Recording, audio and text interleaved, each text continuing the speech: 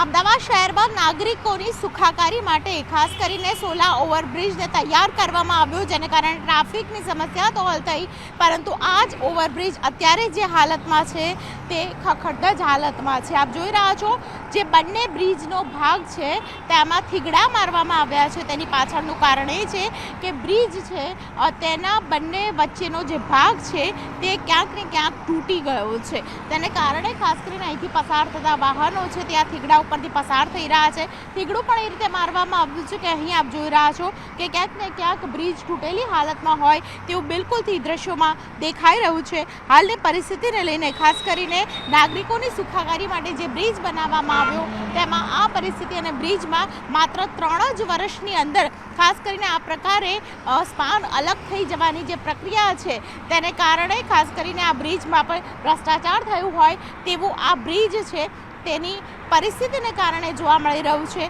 જૂન મહિનાની અંદર વર્ષ 2021ની અંદર ખાસ કરીને આ બ્રિજનું લોકાર્પણ કરવામાં આવ્યું હતું। થતે જ અંડરપાસથી લઈને ખાસ કરીને સોલા ઓવરબ્રિજ અને ગોતા તરફ જવા માટે આ બ્રિજ છે ખૂબ જ કારગત પણ સાબિત થયો, પરંતુ હાલની પરિસ્થિતિને જોતા બંને જે બ્રિજના ભાગ પડી ગયા છે અને બરોબર વચ્ચે થીગડું મારી દેવામાં આવ્યું છે તે આખરે ભ્રષ્ટાચાર થયો છે કે કેમ તેની ચાડી થઈ રહ્યું છે, કારણ કે આ પ્રકારના થીગડાને કારણે અહીંથી પસાર થતા લોકો છે તેને પરેશાની બિલકુલથી થાય અને સવાલ પણ ઉઠે કે આખરે આ બ્રિજની કામગીરી કેવી છે અને આ બ્રિજ કેટલો સમય સુધી આગામી સમયમાં ટકશે।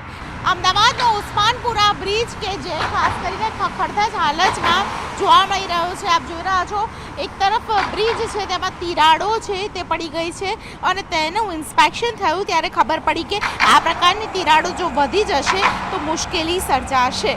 અત્યારે પણ આપ જોઈ રહ્યા છો આપને એક અવાજ આવતો હશે, એ અવાજ ખાસ કરીને જે સ્પાન છે તે સ્પાન ખુલી ગયા છે અને તેને કારણે બંને બાજુથી જે વાહનો પસાર થાય છે તે વાહનો જોરથી અહીં પછડાય છે અને તેને કારણે આ સ્પાન છે તે ખુલી ગયા છે। બંને તરફ ઉસ્માનપુરા બ્રિજની બંને તરફ ઉસ્માનપુરા અંડરપાસની બંને તરફ આ પ્રકારની સમસ્યા છે તે જોવા મળી રહી છે, કારણ કે આ બાજુ તો સૌથી વધારે મુશ્કેલી છે, પરંતુ તેની સાથે સામેની બાજુ પણ સૌથી વધારે મુશ્કેલી છે તે જોવા મળી રહી છે। જે લોકો ત્યાંથી પસાર થાય તે લોકોને સૌથી વધારે ખરાબ અનુભવ થતો હોય છે। એમાં બી વરસાદી સમયની અંદર જ્યારે ઉસ્માનપુરા અંડરપાસ બંધ થઈ જતો હોય છે અને એમાં પણ આ પ્રકારની સમસ્યા જ્યારે સર્જાતી હોય છે ત્યારે લોકો વધારે મુસીબતનો સામનો કરતા જોવા મળી રહ્યા છે। એક તરફ બ્રિજ પણ આપ જોઈ રહ્યા છો તિરાડો પડી ગઈ હતી તેવી હાલતમાં છે। અમદાવાદ શહેરમાં અલગ અલગ બ્રિજોનું ઇન્સ્પેક્શન કરવામાં આવ્યું, તેમાંનો એક બ્રિજ એટલે અમદાવાદના હેલ્મેટ સર્કલ પર પાસે આવેલો આ બ્રિજ છે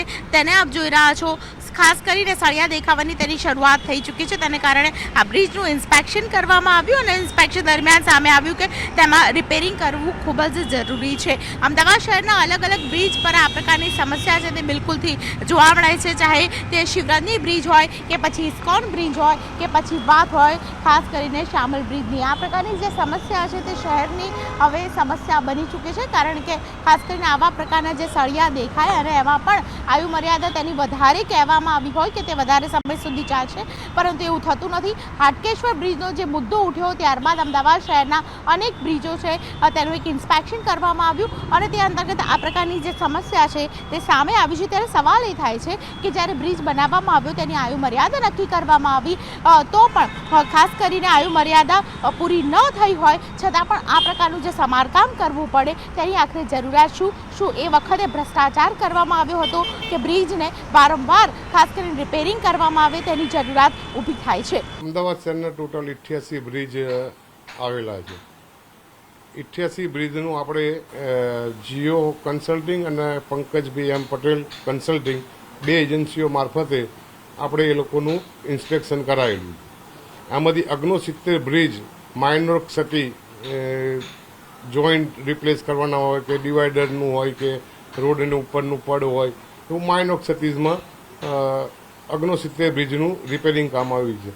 એમાંથી આપણે પૂર્વ બાજુના 37 બ્રિજ લીધેલા છે અને પશ્ચિમ બાજુ 32 બ્રિજ, એ બંનેનું ટેન્ડરિંગ બી થઈ ગયું છે। બંનેનું ટેન્ડરિંગ પૂર્વ બાજુ 2 કરોડ 69 નું છે અને 2 કરોડ 69 કરોડનું આપણું પશ્ચિમનું બ્રિજનું છે। આખું આ ટેન્ડર આખું વાર્ષિક ટેન્ડર રહેશે, ARC ટેન્ડર છે અને નાની મોટી ક્ષતિઓ કંઈ ખોલ્યા પછી કંઈ બી નીકળશે તેમાંથી આ ભાવ પ્રમાણે અંદર ઇન્ક્લુડિંગ કરેલી છે. ઓકે મેજર છે મેજર ક્યાં કઈ કઈ જગ્યાએ છે કે મેજર કોઈ જગ્યાએ મેજર કોઈ જગ્યાએ છે જ નહીં. નાના મોટા જોઈન્ટ રિપ્લેસના ને એ બધા જ છે.